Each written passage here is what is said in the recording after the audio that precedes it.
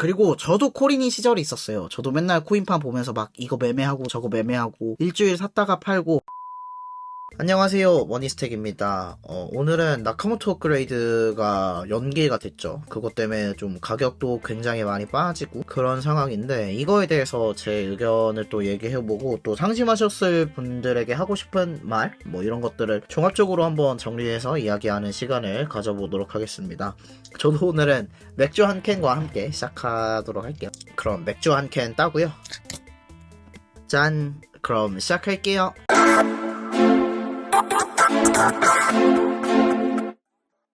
네, 먼저 가격 얘기를 좀 해보죠. 이제 나카모토 업그레이드에 대한 기대감으로 5,000원을 넘겼다가 다시 이제 3,300원대에 왔다가, 다행히 그래도 다른 코인들 대비 반등은 좀 좋은 것 같긴 해요. 그래도 아마 이쪽에서 많은 분들이 마음고생을 하셨을 것 같은데, 오늘은 왜 이 업그레이드가 연기가 됐고 이 뒤에 또 저는 어떻게 생각하는지 뭐 이런 것들을 한번 얘기해 보도록 할게요. 그럼 시작해 보도록 하겠습니다. 나카모토 활성화 단계 개시 일정 변경 안내. 나카모토 업그레이드는 크게 두 가지로 분류되어 있어요. 하나는 개시 단계, 하나는 활성화 단계인데요. 개시 단계는 성공적으로 마무리되면서 POX 컨트랙트도 POX3에서 POX4로 변경되고, 껴있던 모든 스택스도 스태킹이 해제되는 등 다양한 변화가 있었죠. 그런데 테스트를 하다 보니까 문제가 발생했었어요. 스택스가 비트코인 네트워크를 그대로 따라가는 것처럼 스택스 테스트넷도 비트코인 테스트넷을 그대로 따라가거든요. 근데 최근에 비트코인 테스트넷이 최근 2-3주 동안 에러가 발생해가지고 테스트를 거의 해볼 수 없는 환경이었다고 합니다. 그래서 이 스택스 테스트넷에서 활성화 단계 전에 이런저런 테스트를 해봐야 되는데 사실상 거의 아무것도 할 수 없는 상태였던 거죠. 그래서 이제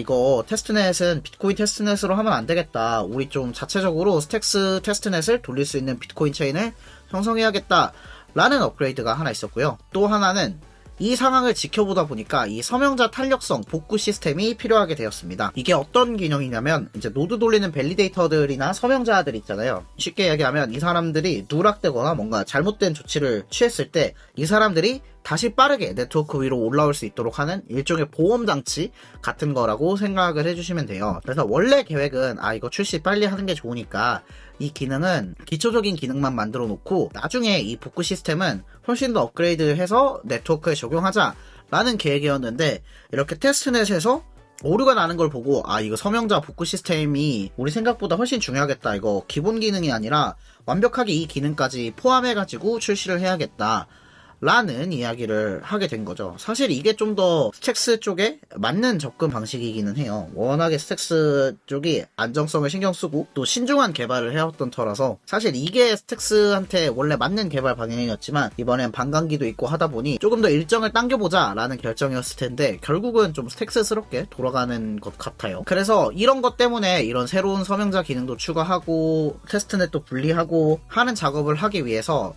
이 기능이 포함된 코드 구축 완료는 7월 15일까지, 진짜 스택스 블록이 빨라지는 최종 시점은 8월 28일, 거의 8월 말에 될 거라고 얘기를 하고 있어요. 여기를 좀 읽어볼게요. 특히 많은 여러분께서 기대해주셨던 나카모토 업그레이드 적용이 연기된다는 소식을 듣게 되어 아쉬워하실 것으로 생각합니다. 모든 소프트웨어 개발이 복잡하지만 비트코인을 기반으로 하는 개발은 더욱 복잡합니다.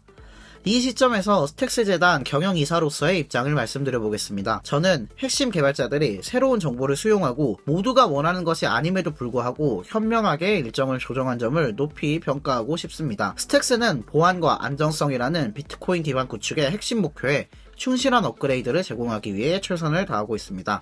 모든 개발자 및 커뮤니티 여러분의 변함없는 지지에 매우 깊은 감사를 표합니다. 동시에 저는 수년 동안 여러분들이 보여주신 판단을 신뢰하고 있습니다. 스택스는 항상 지속 가능한 제품을 구축함과 동시에 빌더와 사용자 모두를 보호하기 위해 최선을 다하는 프로젝트였습니다. 나카모토 업그레이드 역시 마찬가지일 것입니다 라는 얘기를 하고 있어요.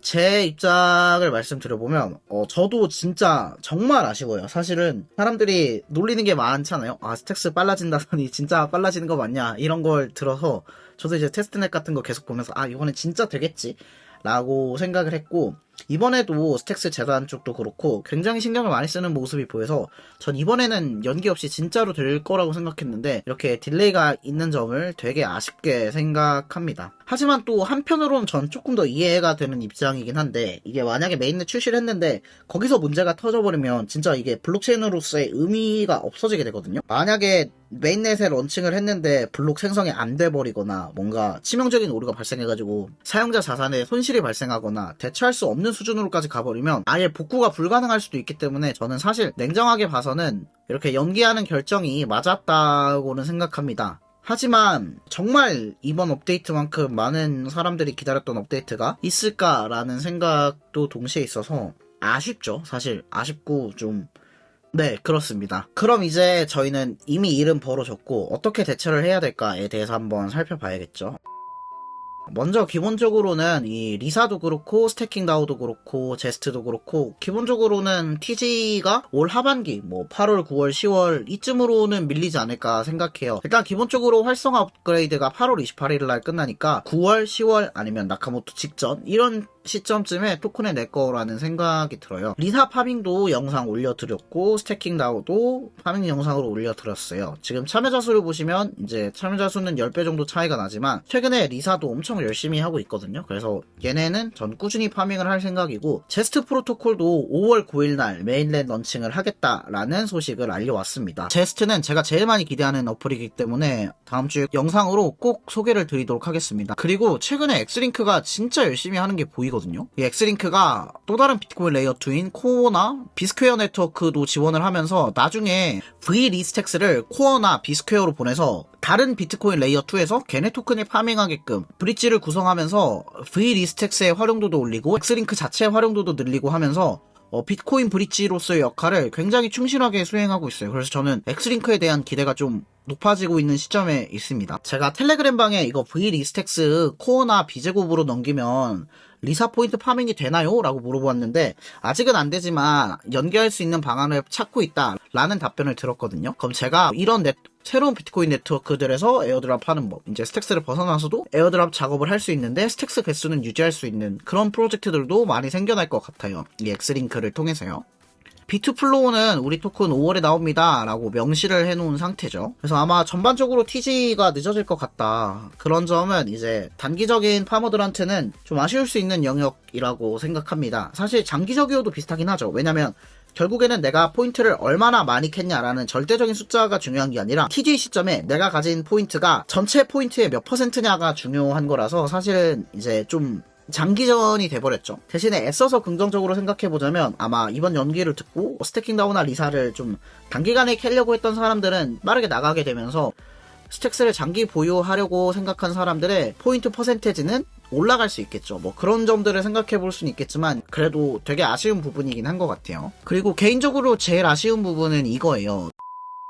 저는 나카모토 업그레이드가 끝나면 이제 스택스가 진짜 빨라지면 스택스에서 밈코인 장세가 올 거라는 생각을 되게 크게 했거든요. 아마 레오도 그렇고 웰시도 그렇고 나띵도 그렇고 그런 생각으로 매수를 하고 기다리셨던 분들이 많은 것 같은데 이번에 연기 소식이 발표되면서 좀 전체적으로 급락이 나왔죠. 웰시도 그렇고 레오도 그렇고 나띵도 그렇고요.